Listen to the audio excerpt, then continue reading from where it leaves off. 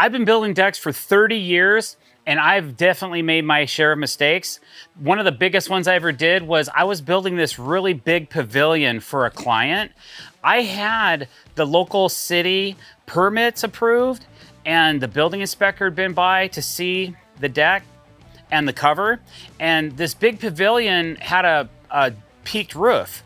So I was building away on this job, and then this guy comes into the backyard and he says, "Hey, I'm with the local HOA of this neighborhood, and your patio cover or your pavilion is too tall."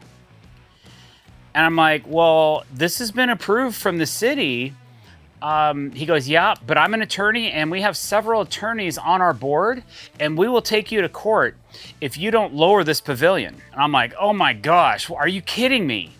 And he said, "No, we're not. And we're gonna have 3 other of our board members, which were all attorneys and lawyers, came over to this house, and they all discussed it, and they decided, you need to lower this by 1 foot. The neighbors are complaining about the height of the roof." And I was beside myself, because I thought if I had the permission of the city, a well-drawn set of plans, engineering, and had all the inspections done, that the pavilion would be fine.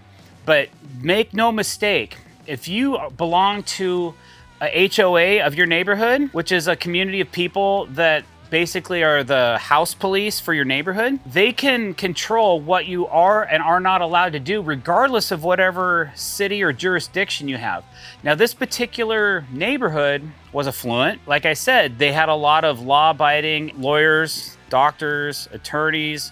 They really cared about their neighborhood, and they also liked to push buttons, I think, a little bit, and they just were really proud of what they were able to do with their power. We had to, and I went to the client and I said, "Hey, we're getting some pushback from your local HOA." Didn't even think, and the clients didn't tell me this ahead of time, so I don't know. They were fairly new to the neighborhood, so maybe they weren't aware of the HOA, or maybe they were, but they just didn't think about getting permission. It's always better to ask permission from an HOA than it is forgiveness, okay? Because they could make you tear that down if it became push to shove. So basically, we had to cut 1 foot down off of this cover. This thing was massive. It had 8 by 8 posts, 8 by cedar beams. It was all completely built, roofed, waterproof, all that stuff. So we started cutting with I had to take a chainsaw and cut through 1 foot, and then we'd jack it up and we would lower it. But when I went to cut the 4th, as we're getting this thing lowered, the whole cover started to shift. And I thought that the thing was gonna collapse right on top of us and kill us. It was one of the scariest things I've ever done in my entire life. And we were just lucky that we didn't get crushed to death, that this thing didn't completely just collapse on top of us. I don't know if it was a mistake, but it was one of the biggest debacles that I've ever been in, being in business for over 35 years, was not getting the pre-approval of the local HOA that I was working in. This one's more recent. I think it was just last summer, and I'm not sure. I think I put this on our social media channels. I was driving helical piles, and we got the helical piles drilled. We got them installed, and we're like, all right, high five, looks good. They're perfectly aligned. Went to start building. We started building our deck.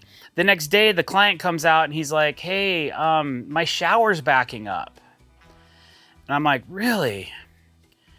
And we started doing some water tests, and we realized that we had hit the sewer line on one of the helicals.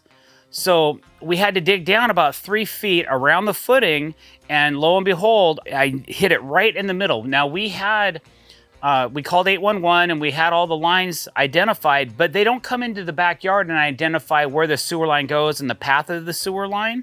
They just mark it out at the street and say, and then they give you a line usually, and it goes, okay, it kind of goes this way.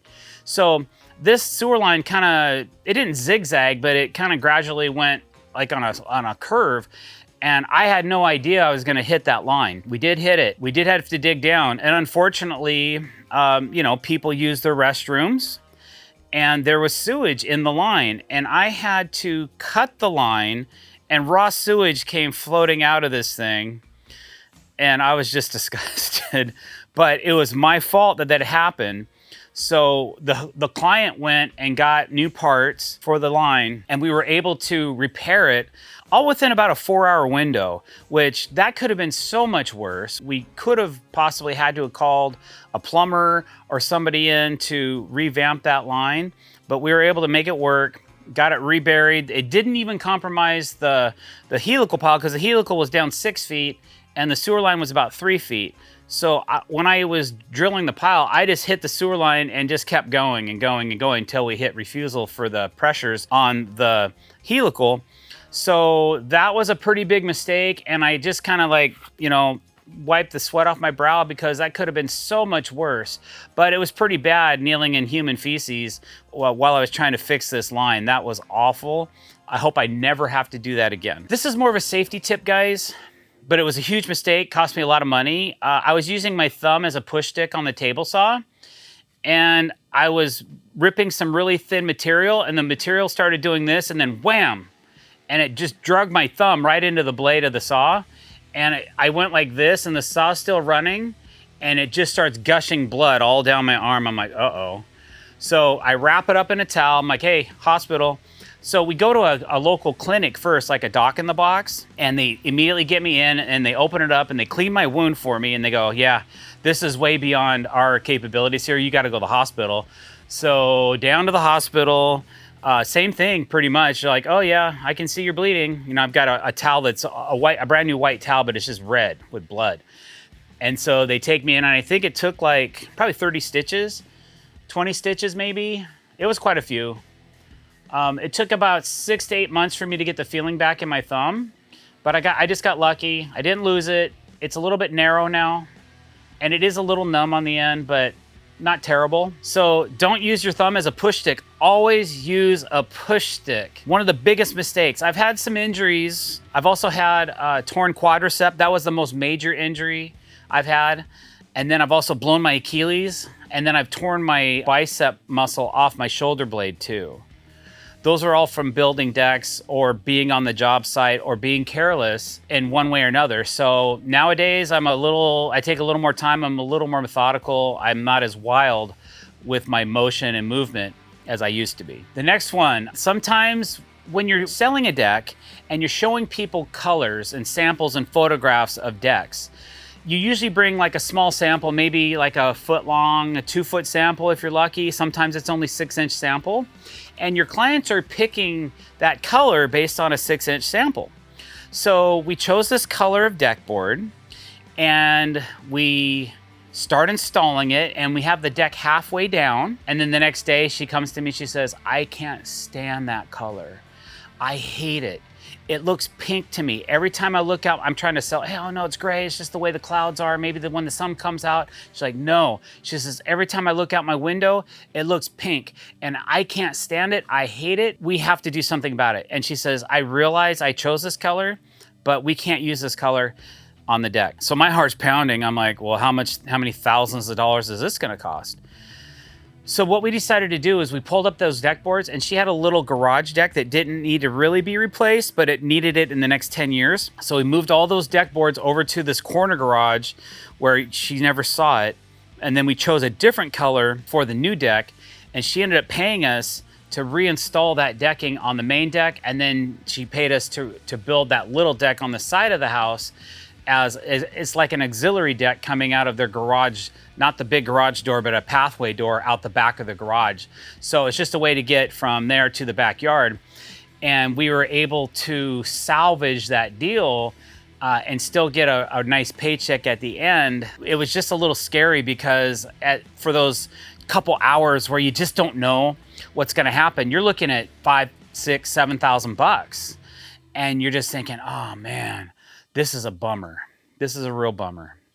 But it ended up being for the good. The client was very happy with the end result, and we were able to continue on and make it work. And probably my biggest mistake in 30 years was we were doing a deck and a patio paver for a client. And it was a long haul. So the pavers had to come up from this upper spot, which I transported from the paver company to the job site on a trailer. Then we loaded them on pallets. My machine wouldn't carry a full pallet of these big pavers. They're like 24-inch squares. And then We would get them on a pallet, and then we would bring them down this hill all the way to the backyard. And it was October, so it was getting kind of wet and it was rainy. And we had agreed on the paver style and texture and color. And we get all the pavers down to this area to lay them. And as we're going, every time I took a path with my machine, it was kind of leaning this way. So it started rubbing dirt like this. Every time I was going through, it was rubbing dirt down the hill. Pretty soon, I exposed the fiber optic line for their internet and their phone line, I believe, as well. Well, because of all the paths I had to take, I severed it with the machine. And so they didn't have internet, they didn't have a phone. And so the client comes out and we got the last load of pavers down there, and I'm like, oh man, I'm so sorry. He was kind of concerned. He's like, what, do I need to get my tractor out here and start adding dirt? I'm like, no, it's just I'm trying to get these pavers down to the spot. I didn't realize, it was too late by the time I realized I'd severed the line. So we get a guy out there, and it actually was same day service, so I got lucky there, and they ended up not even charging me, which usually it's a $400 or $500 fix, plus whatever parts and materials, whatever, but they didn't end up charging me for it. But then the client went down and looked at the pavers, and he's like, these are the wrong pavers. I'm like, what do you mean? He goes and gets the catalog, and he goes, I pointed this out to, and by this time he's rightfully upset. I just destroyed his fiber optic line, and I had the wrong pavers down at this long haul. So we ended up building up the dirt, putting down plywood, hauling all those pavers back up to the trailer, reloading them back onto the trailer, taking them all the way back to the pavers facility, getting the right color and texture, bringing them back to the job site, pulling the client up to the trailer and saying, okay, are these the right ones? And he says, yes, those are the ones I wanted originally. You got the right ones. Permission to bring, he goes, yes. How are we gonna keep the hill from sloughing? Well, we've done this, this, and this. Okay. And so then we did the whole thing over, got everything down, got the paver patio installed under the deck, and everybody was happy at the end, but it just took days. A thing that should have took an hour to a couple hours took days to rectify it, and that cost me several $1,000s. I just thought of one more I'm gonna share with you guys, because this may help somebody in the future, and it has to do with pressure-treated lumber and asphalt-based membrane tape. Now, I use a product called G-Tape. There's several boxes behind me. G-Tape is an acrylic-based membrane tape, but I was using asphalt-based membrane tape, and I was using it on a clear pressure-treated glulam beam. Now, glulam beams are usually treated differently than your standard pressure-treated materials are, and they're using a clear penthylchloral or penthylchloral, I don't know if I got that right, treatment, and it's petroleum-based. So when you take a petroleum-based treatment and you put a petroleum-based tape on top of it to protect it, it has a chemical reaction. And guess what? It turned into black snot, and it oozed out and dripped on the lower deck, which we'd already finished, and made a big mess out of it. The client calls me, was freaking out, saying, I got black snot coming out of my beams. I'm like, what the heck's going on? That one cost me about $8,000 to fix, and several weeks, because we had to go back. We had to keep going back. And gasoline was one of the few things that actually would clean the treatment off this black ooze, is one of the only things that would clean it off the wood. And I just, I was like, petroleum-based this, petroleum-based that, I'm gonna use some petroleum on it. And it worked better. And so we smelled like gas. We had gas vapors going everywhere. We could have probably blown up right on the ladders. It was like 150 degrees outside. It was really hot. And this stuff was oozing. And I took we had these surgical gloves on, and I was taking my hand, and I could spider web this stuff into just goo. And I'll try to send you a couple photos of that if I find it. You gotta love this Vicor Ultra on these Roldsboro pressure-treated beams. $7,000 into this already. Oh yeah, feeling good. So those are my major mistakes. If you can learn something off of what I've done, that's called wisdom. Take my information and use it to your wisdom, guys. And don't forget, if you got something out of this video, hit that subscribe button and ring that bell icon if you want to be notified when we're putting out new content. Thanks for watching this video. Have a great day.